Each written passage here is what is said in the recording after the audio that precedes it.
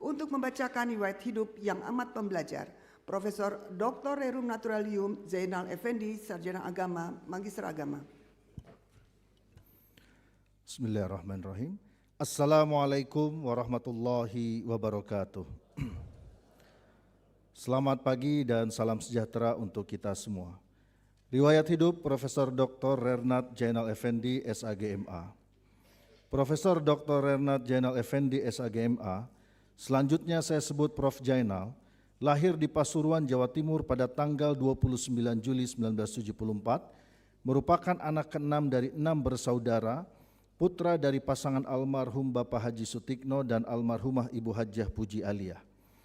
Pada tanggal 22 Desember 2002, Prof. Zainal menikah dengan Nur Zakiyah dan dikaruniai 6 orang anak, yaitu Muhammad Hazim Fikri, Muhammad Hasbullah Huda, Muhammad Abdullah Munzir, Muhammad Alawi As-Siddiqi, Hilya Fatimah, dan Muhammad Abdul Hamid. Prof. Zainal menempuh pendidikan dasar dan menengah di SD Negeri Kajapanan 3 Pasuruan, SMP Negeri 1 Gempol Pasuruan, dan SMA Negeri 1 Jombang. Dalam masa pendidikan menengah, Prof. Zainal juga mengenyam pendidikan informal di Pondok Pesantren Bahrul Ulum Tambak Beras Jombang tahun 1990 sampai 1993 dan Pondok Pesantren Haim Putra Hidayatul Mubtadiin Lirboyo Kediri pada tahun 94 sampai dengan 2002. Prof. Zainal melanjutkan pendidikan tinggi dengan mengambil program Sarjana Ahwalus Syakhsiyah di Universitas Islam Tribakti Lirboyo Kediri, lulus tahun 98, pendidikan magister pada program studi ekonomi Islam di UIN Syarif Hidayatullah, Jakarta, lulus tahun 2005, dan program doktor pada program studi Human Geography, Islamic Microfinance di University of George August Göttingen, Jerman, lulus tahun 2013 dengan beasiswa DAAD Jerman. Pada tanggal 1 April 2025, Prof. Zainal ditetapkan sebagai guru besar tetap dalam bidang ekonomi keuangan mikro syariah di Fakultas Ekonomi dan Manajemen IPB. Sejak tahun 2006, Prof. Zainal aktif sebagai dosen tetap di Departemen Ilmu Ekonomi Syariah, Fakultas Ekonomi dan Manajemen IPB. Jabatan struktural yang pernah diemban antara lain Ketua Departemen Ilmu Ekonomi Syariah FEM IPB, Direktur Pengembangan Bisnis dan Kewirausahaan IPB, Kepala Badan Pengelola Investasi dan Dana Sosial IPB, Direktur Kerjasama IPB, Komisaris Utama PT Bogor Anggrana Cendikia, Botani Square, dan saat ini Prof. Zainal menjabat sebagai Kepala Pusat Studi Pembangunan Pertanian dan Pedesaan, PSP3 IPB. Dalam bidang pendidikan, Prof. Zainal mengampu berbagai mata kuliah, yaitu 15 mata kuliah program sarjana, 3 mata kuliah program magister, dan 3 mata kuliah program doktoral. Hingga saat ini Prof. Zainal telah membimbing 85 mahasiswa sarjana, 26 mahasiswa magister, dan 8 mahasiswa doktor. Dalam 10 tahun terakhir, Prof. Zainal aktif melakukan program penelitian dan pengabdian kepada masyarakat dengan berbagai kementerian dan lembaga terkait seperti Otoritas Jasa Keuangan, Bank Indonesia, Komisi Pengawas Persaingan Usaha Republik Indonesia, Kementerian Ketenagakerjaan Republik Indonesia, Badan Pengelola Dana Perkebunan, dan instansi lainnya baik pusat maupun daerah. Dalam kegiatan menjadi narasumber, Prof. Zainal aktif memberikan materi dalam pelatihan dan seminar di berbagai instansi, baik pemerintah maupun pendidikan di dalam maupun luar negeri. Selama pengabdian dan penelitian kepada masyarakat, Prof. Zainal telah memberikan kontribusi pemikiran dan pendampingan setidaknya di lebih dari 20 provinsi dan lebih dari 30 kabupaten kota di Indonesia.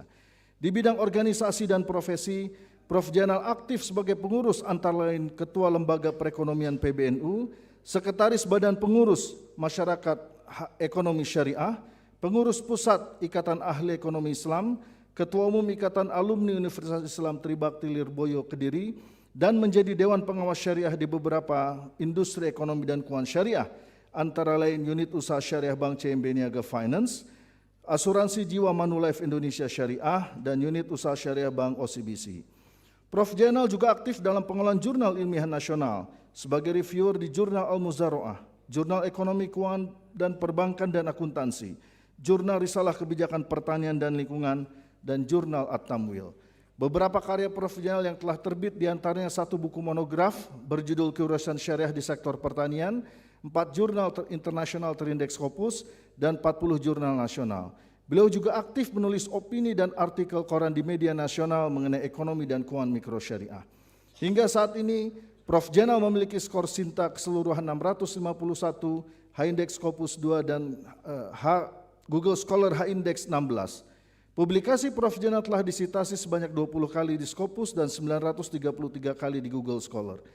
Selama berkarir, Prof. Jenal telah menerima penghargaan Satya Lencana 10 tahun pada tahun 2019.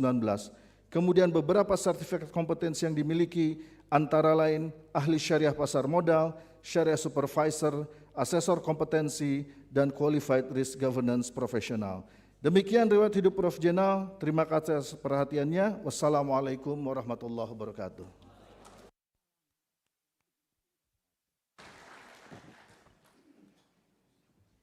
Yang amat pembelajar, Profesor Dr. Rerum Naturalium Zainal Effendi, Sarjana Agama, Magister Agama, saya persilakan untuk menyampaikan orasi ilmiah.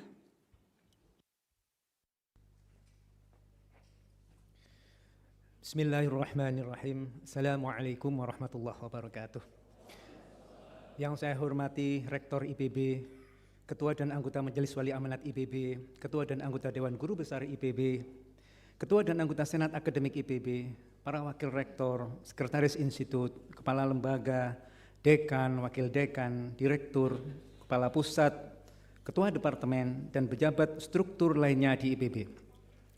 Para dosen, tenaga kependidikan, teman-teman sejawat, mahasiswa dan alumni, keluarga tercinta, dan segenap undangan yang saya muliakan. Alhamdulillahirabbil alamin, puji syukur kita panjatkan kehadirat Allah Subhanahu wa taala yang atas rahmat dan karunia-Nya kita dapat mengikuti acara orasi ilmiah Guru Besar IPB dalam keadaan sehat walafiat. Salawat dan salam semoga Allah Subhanahu wa taala limpahkan kepada Nabi besar Muhammad sallallahu alaihi wasallam beserta keluarga, sahabatnya, dan para pengikutnya sampai akhir zaman. Amin ya rabbal alamin. Hadirin yang berbahagia, pada kesempatan ini dengan memohon ridho Allah Subhanahu wa taala, perkenankan saya sebagai guru besar tetap Fakultas Ekonomi dan Manajemen IPB pada bidang Ekonomi Keuangan Mikro Syariah untuk menyampaikan orasi ilmiah berjudul Model Mikrobanking Syariah untuk Akselerasi Pengembangan Usaha Mikro Kecil yang Berkelanjutan di Indonesia. Sebagian dari materi orasi ini diperoleh dari hasil penelitian saya bersama mahasiswa bimbingan dari tingkat S1, S2, dan S3, serta para kolega sesama dosen di IPB maupun di luar IPB. Tema orasi ini disampaikan sebagai bentuk pemikiran saya dalam merumuskan model mikrobanking syariah yang tidak hanya berpijak pada konsep teknis, tetapi juga menekankan pentingnya integrasi nilai-nilai spiritual, makosid syariah, dan pemberdayaan berbasis komunitas melalui pendekatan bridging the gap. Besar harapan saya dapat memberikan sumbangsi pemikiran bagi para akademisi, praktisi keuangan syariah, regulator, serta pemangku kepentingan lainnya dalam membangun sistem keuangan mikro syariah yang inklusif, adil, dan berdampak nyata bagi kesejahteraan umat. Mikrobanking syariah ini merupakan jembatan strategis yang menghubungkan potensi besar UMK dengan sistem keuangan yang belum inklusif. Indonesia menganut dual banking system sejak diterapkannya Undang-Undang Nomor 10 Tahun 1998. Market share perbankan syariah hingga kuartal 1 2025 baru mencapai 7,42%. Namun proyeksi kebutuhan pembiayaan UMK nasional menunjukkan adanya gap yang semakin melebar dari tahun ke tahun. Pada tahun 2006, kebutuhan pembiayaan UMK diperkirakan mencapai 4.300 triliun. Sementara ketersediaan dana baru sekitar 1.900 triliun. Terdapat gap pembiayaan sebesar 2.400 triliun yang menjadi tantangan besar dalam mendorong pertumbuhan dan keberlanjutan sektor UMK. Proporsi pembiayaan bank syariah yang dialokasikan untuk UMKM hingga kuartal 1 2025 sebesar 106,19 triliun atau sekitar 16,5%. Dengan demikian market share pembiayaan UMKM oleh perbankan syariah baru mencapai 7,6%. Angka ini menunjukkan bahwa kontribusi bank syariah dalam mendorong pemberdayaan UMKM masih perlu ditingkatkan secara signifikan. Hadirin sekalian, jumlah pelaku UMK di Indonesia per 2024 sekitar 65,5 juta unit usaha yang menyumbang sekitar 60% terhadap PDB dan menyerap hingga 97% tenaga kerja nasional. Namun, sebagian besar pelaku UMK masih tergolong unbankable dan belum mampu mengakses layanan keuangan formal secara optimal. Kendala utama yang dihadapi pelaku UMK dalam mengakses pembiayaan adalah legitimasi usaha, keterbatasan agunan, serta belum memiliki laporan keuangan yang memadai. Tingkat literasi keuangan syariah nasional pada tahun 2025 telah meningkat menjadi 43,42%. Namun tingkat inklusinya baru mencapai 13,41%. Gap ini mencerminkan adanya ketidaksesuaian antara pemahaman masyarakat mengenai keuangan syariah dengan pemanfaatan aktual terhadap layanan keuangan. Akibat keterbatasan akses pembiayaan formal, banyak pelaku usaha yang akhirnya lebih memilih sumber pembiayaan informal baik dari keluarga, tetangga, atau bahkan rentenir. Hal ini menyebabkan potensi ekonomi yang besar dari sektor UMK tidak dapat termanfaatkan secara optimal. Hadirin, dari sudut pandang lembaga keuangan syariah, kendala yang dihadapi adalah biaya transaksi yang tinggi, resiko moral hazard dan informasi yang asimetris, serta karakteristik UMK yang belum memiliki rekam jejak keuangan membuat mereka dianggap unbankable. Surat Al-Hasyr ayat 7 menegaskan bahwa Islam mengajarkan pentingnya keadilan dalam distribusi kekayaan. Ayat ini menjadi pikiran moral bahwa harta tidak boleh beredar hanya di kalangan orang-orang kaya saja, tetapi harus memberikan kebermanfaatan bagi seluruh lapisan masyarakat, termasuk pelaku UMK. Dalam menjawab tantangan tersebut, saya menawarkan konsep bridging the gap melalui model intermediasi keuangan yang lebih inklusif, adaptif, berkelanjutan, dan berlandaskan nilai-nilai syariah. Mikrobanking syariah bukan hanya solusi finansial, melainkan juga pendekatan transformasi yang menjembatani pelaku UMK dengan berbagai lembaga keuangan syariah formal. Mikrobanking tidak hanya menyediakan layanan keuangan bebas riba, tetapi juga menekankan solidaritas kelompok, jaminan sosial, dan penguatan modal sosial dalam prakteknya. Bank Syariah memberikan pembiayaan kepada LKMS baik BPRS, BMT, Kopotren, Baitul Tambel Muhammadiyah maupun bentuk lainnya, karena LKMS memiliki kedekatan sosial dan kultural dengan masyarakat sehingga lebih efektif dalam menjangkau pelaku UMK. Bapak Ibu sekalian yang saya hormati, dalam prakteknya Bank Syariah dapat menyalurkan pembiayaan secara langsung kepada UMK dengan membuka layanan mikro syariah. Bank Syariah juga dapat bekerja sama menyalurkan pembiayaan dengan LKMS seperti BPRS, Koperasi Syariah, BMT maupun lembaga keuangan syariah lainnya melalui linkage program, channeling, executing, dan joint financing. Mikrobanking syariah saat ini operasionalnya telah didukung dengan adanya Undang-Undang Nomor 21 Tahun 2008 tentang perbankan syariah dan Peraturan Otoritas Jasa Keuangan Nomor 12 Tahun 2018 yang mengatur layanan perbankan digital dan memastikan kepatuhan terhadap prinsip-prinsip syariah. Menggabungkan 3 bank syariah Mandiri, BNI Syariah, dan BRI Syariah menjadi Bank Syariah Indonesia pada tahun 2021 juga menandai langkah signifikan dalam proses ini. Namun demikian, kita menghadapi tantangan besar dalam aspek kelembagaan, dualisme regulasi, dan belum adanya sistem perlindungan hukum yang kuat terhadap dana masyarakat di LKMS menjadi hambatan utama. Ketimpangan antara sistem keuangan syariah dan konvensional juga memperlebar jarak efektivitas intermediasi keuangan mikro. Dalam aspek digitalisasi, adopsi teknologi informasi di banyak lembaga keuangan syariah masih sangat terbatas, baik dari sisi infrastruktur, kompetensi SDM, keamanan data, hingga ketiadaan strategi digital yang matang. Upaya untuk mendorong digitalisasi sudah dimulai melalui inisiatif pengembangan big data, API, AI, hingga super apps misalnya. Namun semua ini belum diimbangi oleh kesiapan SDM. Masih banyak pengelola LKMS yang belum memiliki kompetensi manajerial dan pemahaman syariah yang memadai. Insentif dan pelatihan bagi SDM masih sangat terbatas. Untuk mengatasi tantangan pembiayaan UMK, mikrobanking syariah perlu memperluas layanan melalui keuangan mikro berbasis akad syariah, tabungan wakaf digital, asuransi takaful, dan integrasi dengan fintech syariah. Inovasi dan diversifikasi produk ini penting untuk memperluas akses pembiayaan ke wilayah-wilayah yang belum terjangkau, meski banyak terhambat akibat biaya operasional yang tinggi. Pertumbuhan mikrobanking syariah saat ini sifatnya masih bertahap dan diperlukan intervensi strategis, baik dari pemerintah. Pemetaan tantangan menjadi dasar penting untuk menyusun arah kebijakan yang efektif ke depan. Hadirin sekalian yang berbahagia, paling tidak model microbanking yang kita harapkan ini tidak terlepas dari 4 pilar strategis yang bisa digunakan sebagai pijakan untuk optimalisasi microbanking syariah. Pilar pertama, ini diperlukan penguatan kapasitas SDM dan internal control. Pemberdayaan UMK melalui pendekatan microbanking syariah tidak bisa berjalan optimal tanpa adanya SDM yang andal dan terpercaya. SDM merupakan salah satu elemen kunci yang menentukan keberhasilan dan keberlanjutan operasional bank syariah atau LKMS. Penguatan SDM harus sejajar dengan penguatan tata kelola, manajemen risiko, dan sistem pengendalian internal. Strategi peningkatan SDM dapat dilalui melalui berbagai program pelatihan, penyusunan modal pembelajaran mandiri, sertifikasi profesi, serta sinergi dengan universitas. Pilar kedua, hadirin yang berbahagia, diperlukan kerjasama antar instansi untuk pengembangan microbanking syariah. Hal ini membutuhkan kerjasama multi pihak yang melibatkan pemerintah, LKMS, lembaga pendidikan, pondok pesantren, sektor swasta, Business Development Services LKMS, UMKM, serta masyarakat sipil.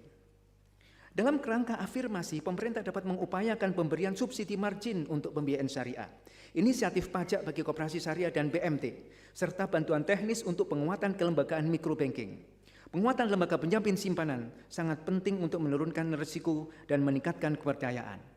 Adanya kolaborasi berbagai pihak serta penguatan microbanking syariah dapat diarahkan pada peningkatan kapasitas kelembagaan, inovasi produk, integrasi teknologi digital, serta sinergi antara sektor keuangan, pendidikan, dan sosial keagamaan untuk mempercepat pemberdayaan UMK secara berkelanjutan di Indonesia.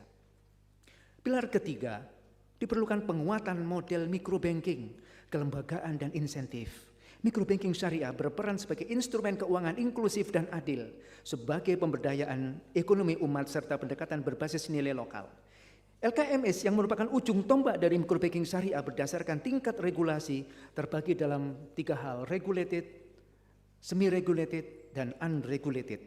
Model microbanking melalui penguatan kelembagaan dan kebijakan insentif merupakan pilar utama dalam akselerasi UMK berkelanjutan di Indonesia. Dengan kombinasi ini serta dukungan sistemik dan tata kelola yang efisien, kita dapat mencapai efisiensi lembaga hingga mendekati 100%. Insentif dan dukungan untuk pengembangan microbanking syariah dapat berupa insentif regulatori, fiskal, kelembagaan, dan sosial. Insentif-insentif ini menjadi penting untuk mendorong pembentukan kelembagaan microbanking syariah yang formal dan taat syariah, meringankan biaya operasi sebagai keringanan pajak, subsidi margin untuk meningkatkan kapasitas internal dan efisiensi operasional, serta untuk memperkuat legitimasi LKMS dan membangun kolaborasi lintas pemangku kepentingan. Hadirin sekalian yang saya hormati, pilar yang keempat, ini diperlukan perluasan jangkauan dan kolaborasi microbanking syariah. Tantangan digital dan infrastruktur masih cukup besar, terutama di wilayah-wilayah remote dan rural area. Kebijakan afirmatif seperti regulatory sandbox dan insentif fiskal sangat penting untuk mendorong kemitraan antara fintech dan microbanking syariah. Fokus perluasan jangkauan microbanking syariah dapat diarahkan pada sektor prioritas seperti pertanian, perikanan, makanan halal, dan pondok pesantren. Kolaborasi dengan institusi pendidikan dan riset akan mendukung inovasi pembiayaan. Sementara sektor swasta membuka akses pasar dan teknologi. Ini menjadi bagian dan strategi multidimensional untuk membangun ekosistem keuangan mikro syariah yang inklusif. Hadirin yang saya muliakan, pada akhirnya saya bisa sampaikan bahwa model microbanking syariah bisa diposisikan sebagai agent of transformations. Konsep bridging the gap adalah seruan untuk menghapus eksklusivitas finansial dan membangun konektivitas antara keadilan, keberdayaan, dan keberlanjutan. Untuk mewujudkan transformasi ini dibutuhkan arah kebijakan yang strategis, seperti komitmen top manajemen perbankan syariah dalam mengarus utamakan microbanking, pendirian umbrella body berbasis dana sosial untuk LKMS, kolaborasi aktif dengan sektor swasta, NGO, dan lembaga pemerintah. Penguatan ekosistem pembiayaan syariah dapat diperkuat melalui skema dana bergulir yang disalurkan oleh Bank Syariah sebagai executing agency, pengembangan sistem informasi nasabah dan pemeringkat mikro, sinergi antar lembaga seperti OJK, Bank Indonesia, Kemenkyu, Kemenkop, Kementerian UMKM, serta kementerian-kementerian terkait lainnya, Kementerian Haji misalnya. Penguatan lembaga dan inovasi dapat dilakukan dengan mendorong peran asosiasi LKM sebagai self-regulatory organization atau model Apex. Menginisiasi pendirian bank khusus mikro sebagai penyalur dana murah, mengembangkan tata kelola LKM berbasis komunitas dan sektor strategis seperti pertanian dan pangan. Strategi yang dapat dilakukan antara lain downsizing plafon pembiayaan agar lebih sesuai dengan skala UMK, mengadopsi jaminan berbasis social capital, membentuk unit khusus microbanking dalam struktur perbankan syariah, meningkatkan kapasitas SDM lokal, mengembangkan produk bundling, dan reformulasi risk acceptance kriteria. Hadirin yang saya hormati, pada kesempatan ini, saya izin menyampaikan, membacakan komitmen Guru Besar Institut Pertanian Bogor. Dalam mengemban amanah sebagai Guru Besar IPB, saya menyatakan dengan sungguh-sungguh dan sepenuh hati.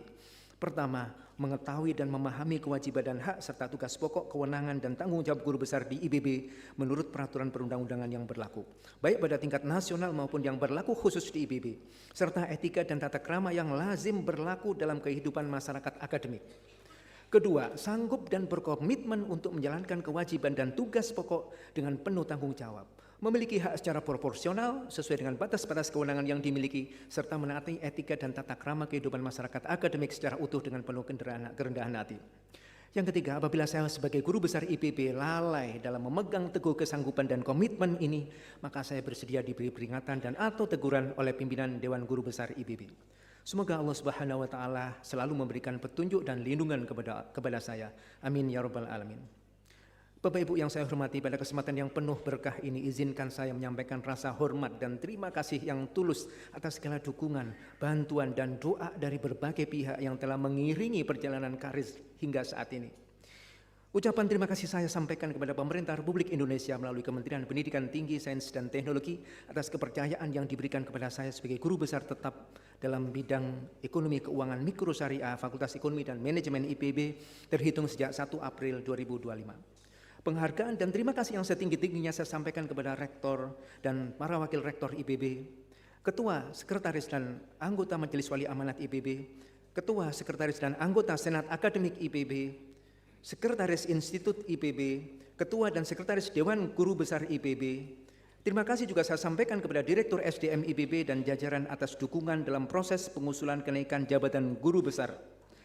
Terima kasih saya sampaikan kepada Dekan dan Wakil Dekan Fakultas Ekonomi dan Manajemen IPB, Ketua, Sekretaris dan anggota Senat Fakultas Ekonomi dan Manajemen IPB, Ketua dan Sekretaris Departemen Ilmu Ekonomi Syariah IPB, para dosen serta tenaga kependidikan di Departemen Ilmu Ekonomi Syariah. Terima kasih saya sampaikan kepada Profesor Dr. Hermanto Siregar dan Profesor Dr. Nunung Nur Yartono sebagai mitra bestari makalah ini atas masukan dan dukungan berharga sehingga naskah orasi ini bisa menjadi lebih sempurna. Terima kasih kepada Bapak Ibu Guru di SD Negeri Kejabelan 3 Pasuruan, SMP Negeri 1 Gempol Pasuruan, dan SMA Negeri 1 Jombang atas didikan dan bimbingan yang telah diberikan. Terima kasih saya sampaikan kepada para pengasuh dan masyayikh Pondok Pesantren Bahrul Ulum Tambak Beras Jombang, Punyai Mahfudho Kiai Haji Hasib Wahab, serta para pengasuh lainnya, dan Pondok Pesantren Hidayatul Mubtadi'in Lirboyo, Al-Maghfurah Kiai Haji Imam Yahya Mahrus, Kiai Haji Anwar Mansur, Kiai Haji Abdullah Kafabi Mahrus, dan segenap pengasuh lainnya. Kepada alma mater sarjana saya Universitas Islam Tribakti Lirboyo Kediri, terima kasih kami sampaikan kepada Rektor Dr. Kiai Haji Reza Ahmad Zaid dan para dosen khususnya kepada pembimbing saya Dr. Nyai Haja Lili Nur Kholidah. Terima kasih saya sampaikan kepada almarhum Profesor Dr. Hasanuddin AF dan Dr. Insinyur Haji Murasa Sarkani Putra yang telah membimbing saya dalam program Magister Bidang Ekonomi Islam di Universitas Islam Negeri Syarif Hidayatullah Jakarta. Rasa terima kasih dan hormat saya sampaikan kepada para promotor S3 saya di University of George August Göttingen, Jerman, Profesor Dr. Heiko Faust dan Profesor Dr. Christoph Dietrich atas ilmu dan dukungan yang diberikan serta atmosfer untuk berinteraksi akademik di dunia internasional melalui beasiswa DAAD Jerman. Terima kasih kepada Direktorat Pengembangan Bisnis dan Kewirausahaan IPB, Badan Pengelola Investasi dan Dana Sosial IPB, dan Direktorat Kerjasama IPB. Terima kasih juga saya sampaikan dan apresiasi yang setinggi-tingginya kepada Pusat Studi Pembangunan Pertanian dan Pedesaan IPB, termasuk para kepala divisi dan staf atas ruang kolaborasi, kepercayaan dan dukungannya. Terima kasih saya sampaikan kepada para asatid di Dewan Syariah Nasional MUI atas kebersamaan dalam menghasilkan fatwa ekonomi dan keuangan syariah nasional yang diberikan. Terima kasih juga kepada Profesor Dr. Hasanuddin yang selalu memberi masukan. selama berinteraksi. Kepada para guru dan mentor yang tidak bisa saya sebutkan satu persatu, tanpa mengurangi rasa hormat, saya sampaikan jazakumullah ahsanal jasa atas bimbingan, motivasi dan tauladannya selama ini. Terkhusus kepada Profesor Dr. Kiai Haji Ma'ruf Amin, Dr. Kiai Haji Muhammad Irfan Yusuf, Kiai Haji Kafabi Mahrus, mohon berkenan untuk berdiri sejenak.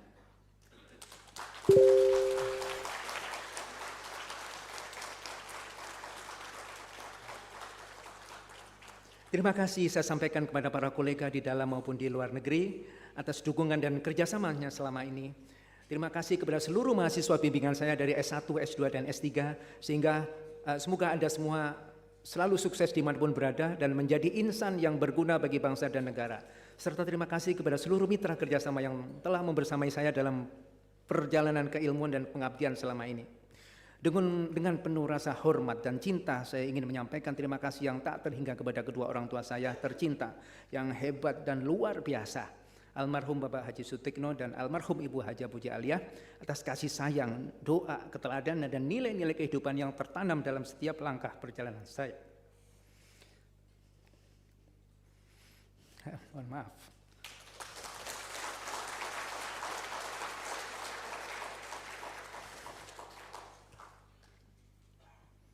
Semoga Allah Subhanahu wa taala membalas semua kebaikan dan jasanya.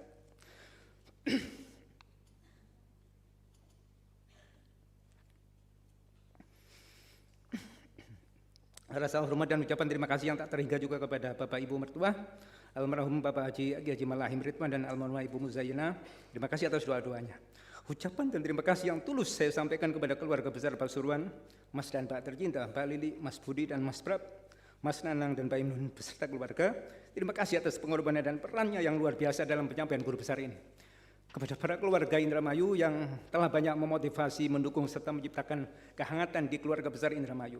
Kepada istri tercinta Nur Zakiyah, izinkan saya menyampaikan rasa terima kasih dan penghargaan yang tak terhingga atas segala cinta, pengertian, kesabaran dan pengorbanan, serta doa yang senantiasa mengiringi setiap langkah saya hingga akhirnya saya bisa mencapai titik tertinggi dalam karir sebagai guru besar. Kepada buah hati dan sumber semangat saya adalah Muhammad Hasim Fikri, Muhammad Hasbullah Huda, Muhammad Abdullah Mundir, Muhammad Ali As-Siddiqi, Hilya Fatimah dan Muhammad Abdul Hamid. Terima kasih atas pengertian dan kalian semua. Maafkan jika selama ini Abi belum bisa selalu hadir sepenuhnya dalam membersamai kalian. Teruslah tumbuh menjadi pribadi yang tangguh, jujur dan berilmu. Raihlah cita-cita dengan tekad dan ketungunan. Semoga limpahan rahmat dan ridho Allah Subhanahu wa taala senantiasa menyertai perjalanan kalian. Amin ya rabbal alamin. Terima kasih kepada panitia penyelenggara Orasi Ilmiah Guru Besar IPB atas fasilitas dan bantuan dalam penyelenggaraan Orasi Ilmiah Guru Besar ini. Terima kasih saya ucapkan kepada seluruh tim panitia orasi saya yang telah bekerja keras membantu menyukseskan orasi saya dari awal hingga akhir. Kepada Bapak Ibu dan hadirin sekalian, saya menyampaikan terima kasih atas kesediaannya untuk menghadiri acara orasi ilmiah ini, baik secara langsung maupun secara daring. Semoga Allah Subhanahu wa taala membalas amal kebaikan Bapak Ibu sekalian dengan pahala yang berlipat ganda. Saya mohon maaf yang sebesar-besarnya jika dalam penyampaian orasi ilmiah ini ada hal yang kurang berkenan di hati Bapak Ibu sekalian. Akhirnya saya berserah diri kepada Allah Subhanahu wa taala serta memohon kepadanya agar senantiasa dapat diberikan perlindungan dan ketulusan niat dalam menjalankan tugas sebagai dosen dan peneliti untuk dapat mendarma baktikan ilmu agar bermanfaat bagi kemaslahatan masyarakat dan negara. Amin Allahumma amin. Wallahu muwaffiq ila aqwamit thoriq. Tsumma assalamualaikum warahmatullahi wabarakatuh.